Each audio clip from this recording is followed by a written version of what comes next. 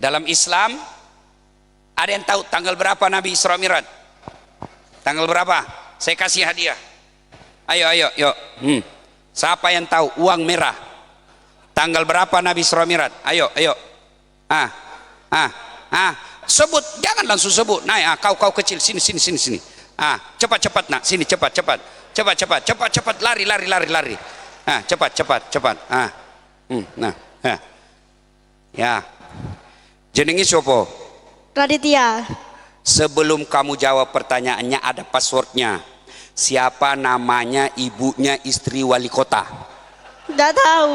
Weh, nggak jadi kalau gitu dek. Oke, bercanda. Tanggal berapa Nabi Isra Mi'raj? 27 Rajab. Alhamdulillah, hadiah 100.000. Terima kasih Ustaz. Masih beda rasanya uang ustadz dengan uang Kapolres. Monggo. Ayo, ibu-ibu, waktu saya kecil sudah tahu tanggal berapa? Kenapa? Ibu saya nyanyi kalau perkenalkan sejarah Nabi. Bercerita tentang maulid, ibu saya sambil cuci piring, Bib. Cerita soal maulid, cuci piring. Pada zaman dahulu kala, saya bilang zaman apa ibu? Pada zaman jahiliyah. Zaman dulu kan banyak, ada zaman batu, zaman dulu juga itu. Lahirlah seorang Rasul yang terakhir dan mulia. Saya tanya, siapa namanya mak? Nah lanjut lagi. Nabi Muhammad namanya. Ibunya siapa? Siti Aminah ibunya. Bapaknya Abdullah nama ayahnya. Di mana tinggal? Surabaya atau Pagetan? Madinah tempat tinggalnya. Terus setelah dewasa diangkat menjadi Rasul. Siapa yang angkat? Wali kota atau wakilnya? Oleh Allah yang kuasa. Allah itu siapa mak? Pencipta alam semesta. Itu maulid. Isra Mi'raj lagi lain lagunya. 27 Rajab Nabi Muhammad diisrakan dari Masjidil Haram ke Masjidil Aqsa. Itu lagu ibu-ibu dulu. Nggak pernah ikut majelis taklim, jilbabnya juga seadanya. Dulu.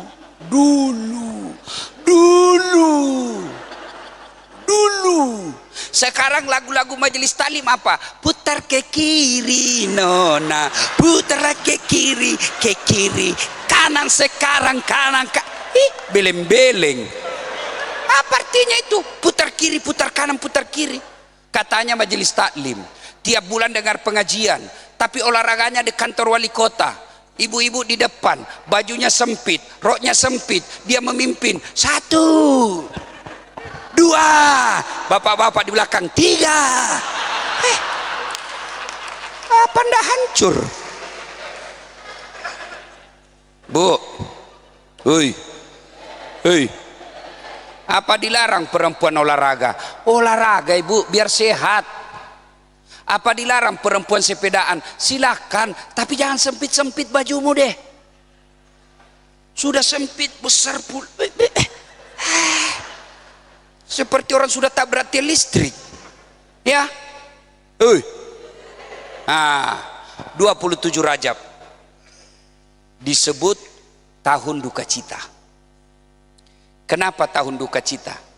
2 orang yang meninggalkan Nabi, dicintai dan mencintai Nabi, meninggal pada tahun yang sama. Istri beliau Khadijah dan paman beliau Abu Thalib meninggal pada tahun yang sama. Ibu dengar, tolong didengar baik-baik. Begitu dukanya Nabi ditinggal istri, sampai Nabi bersabda, tolong dengar ibu-ibu, barang siapa seorang istri meninggal dunia lalu suaminya berduka terus mengenang kebaikannya, percaya itu istri calon penghuni sorga. Jadi kalau besok-besok ibu lebih dulu meninggal, suamimu berduka, kenapa ini istri saya meninggal? Tiap subuh dia bangunkan saya sholat, ya Allah. Duhur dia ingatkan saya sholat, meskipun dia gendut. Tapi aku sayang, ya Allah, saya bisa ngaji karena dia, ya Allah. Kenapa bukan istri tetangga saya dulu yang mati? Itu ibu calon penghuni sorga itu, ibu. Benar penghuni sorga.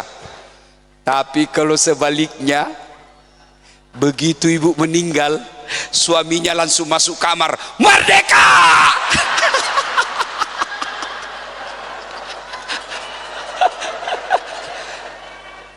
Salatullah salah ala toha rasulillah. Ayo semua, salatullah mullah ala yasin. Poin kedua Isra Mi'raj kita, Pak, Bu, jadilah rumah tangga yang bahagia. Bapak-bapak, saya tanya, bisa ndak bapak jadi anggota DPR tidak pernah caleg? Orang gila itu masuk ndak pernah caleg, duduk pasang Garuda pret, orang gila. Bapak-bapak, tolong jawab. Bisa ndak bapak jadi wali kota tidak pernah ikut pilwali? Tiba-tiba pasang Garuda, orang gila. Ayo bapak-bapak, bisa ndak jadi tentara polisi tidak pernah mendaftar dan sekolah kepolisian tentara? Tidak bisa. Tapi demi Allah, tanpa fakultas kedokteran, tanpa ikut pilcaleg, tanpa ikut pilkada, tanpa pendidikan polisi tentara, sedulur-sedulur, tuan-tuan, bapak-bapak boleh jadi suami yang soleh. Berarti menjadi suami yang soleh jauh lebih gampang daripada jadi wali kota. Dan jadi wali kota matinya banyak pertanyaannya.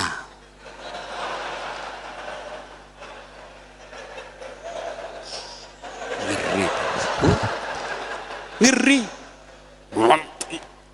Tanya sama malaikat Mungkar Nakir, dia bawa, ini wali kota ini.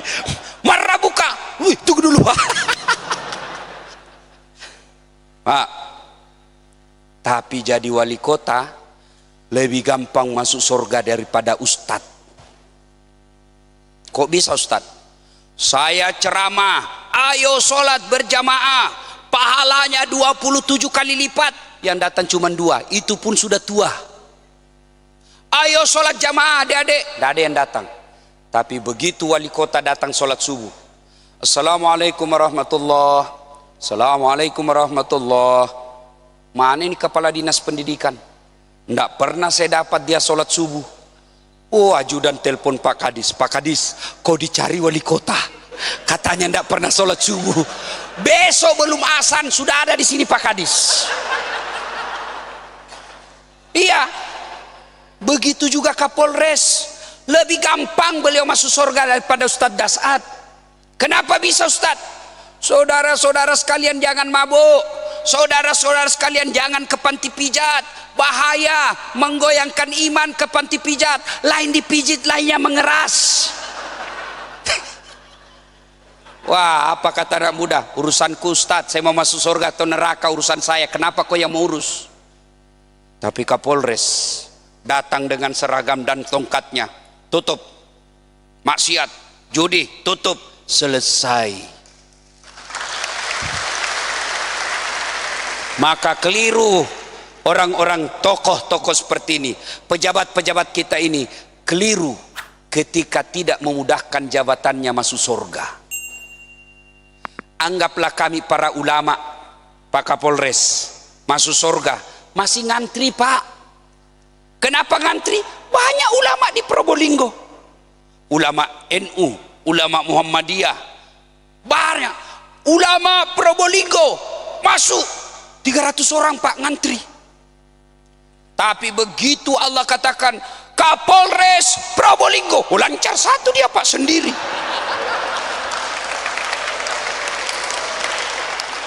Iya, penghafal Quran Probolinggo, ngantri Pak 2000 orang.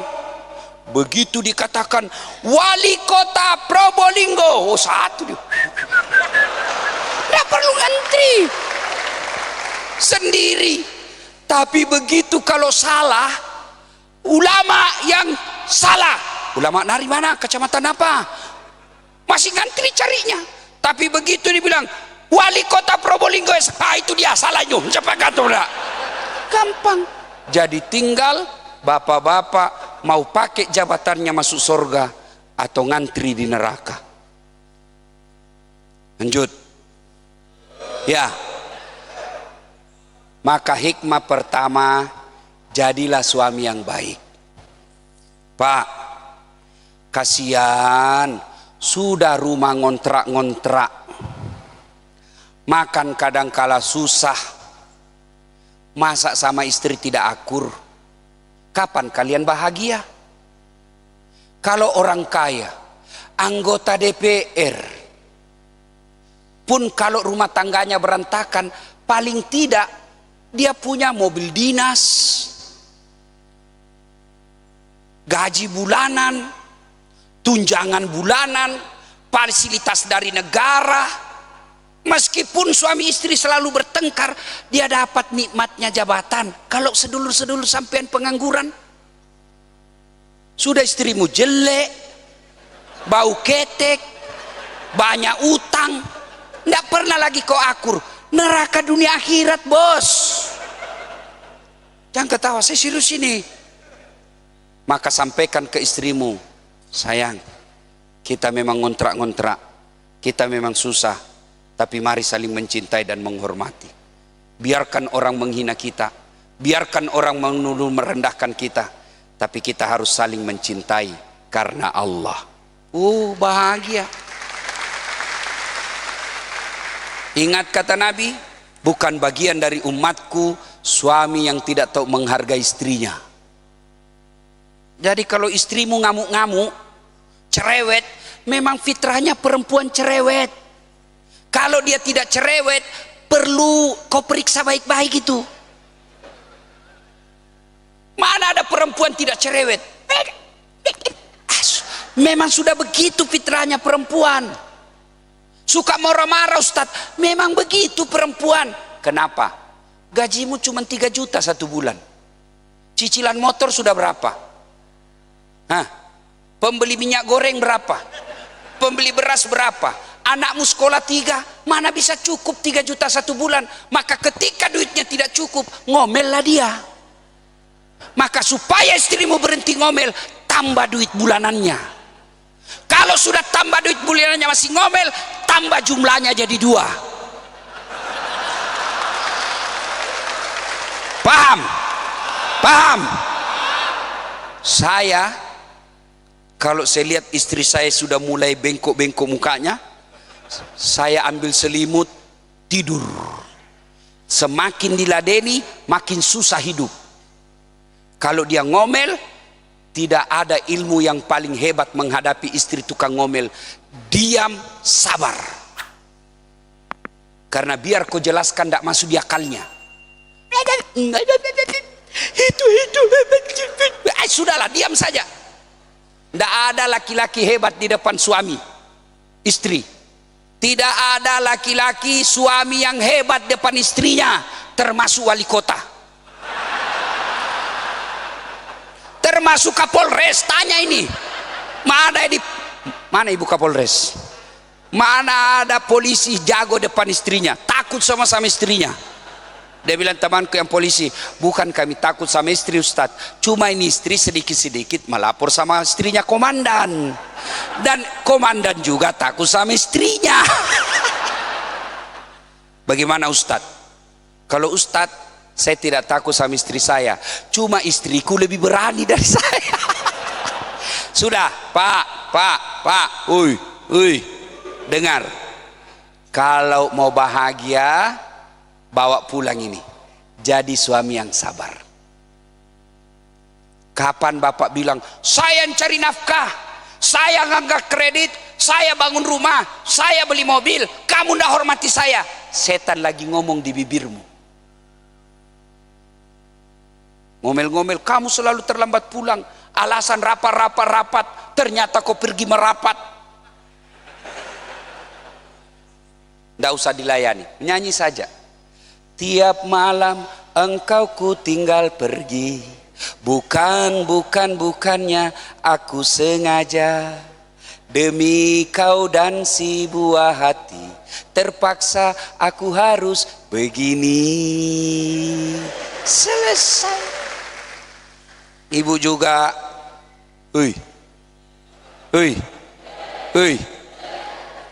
Ibu juga kalau ngomel batasi sedikit. Jangan ngomelnya 24 jam. Iya. Bu, pernah dengar cerita istri yang didorong ke sumur? Pernah dengar, Pak? Jadi begini, di Sulawesi Selatan ada ibu-ibu nanya ke saya, Ustadz, kenapa itu istri saya tidak betah di rumah suami saya? Ini ibu bertanya, kenapa suami saya bawaannya mau keluar terus, tidak betah di rumah? Saya takut dia tersinggung. Saya ceritakan lah, Pak, suami istrinya suka ngomel. Suatu ketika suaminya belikan emas, dibelikan berlian, emas, perhiasan, senanglah istrinya. Kata suaminya, di mana saya bawa ini orang ini? Dia ingat, oh ada sumur tua di kampung. Dia bilang sama istrinya, dek, kita pergi ziarah sumur tua. Ayo bang, bawalah sampai. Begitu dia lihat, dek, kata suaminya, lihat itu sumur, dalam dak? Kata istrinya, dangkal bang. Serius, dangkal. Airnya, paling sampai lutut bang. Dalam hati suaminya berarti aman.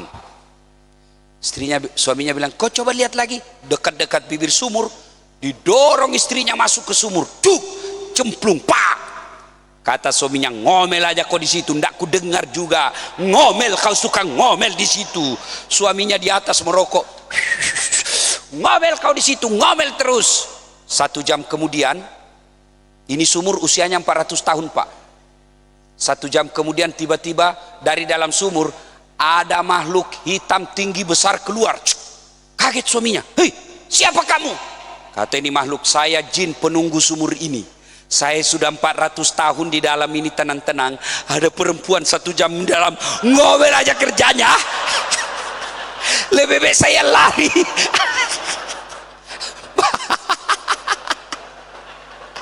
Bayangkan ibu, jin aja ndak betah kalau ibu suka ngomel. Apalagi kalau suamimu pensiun. Jelas? Hikmah pertama, yuk pulang rumah hargai suami. Suami pulang ibu, dia mengeluh dan capek, peluklah dia sambil ibu menyanyi.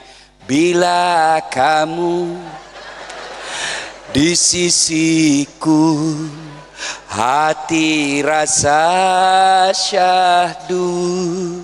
Wah, tenang suami. Langsung dia bilang, bulan depan saya belikan kau cincin sayang.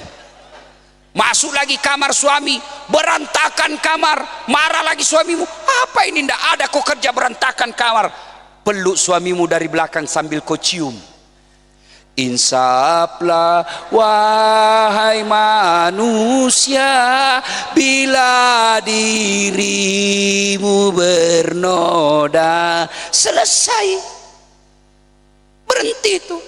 Jangan juga setelah istri bapak-bapak mulai batuk-batuk dan tua, bapak juga nyanyi, singgin, diambil kepalanya sambil menyanyi. Bila Israel datang menjemput.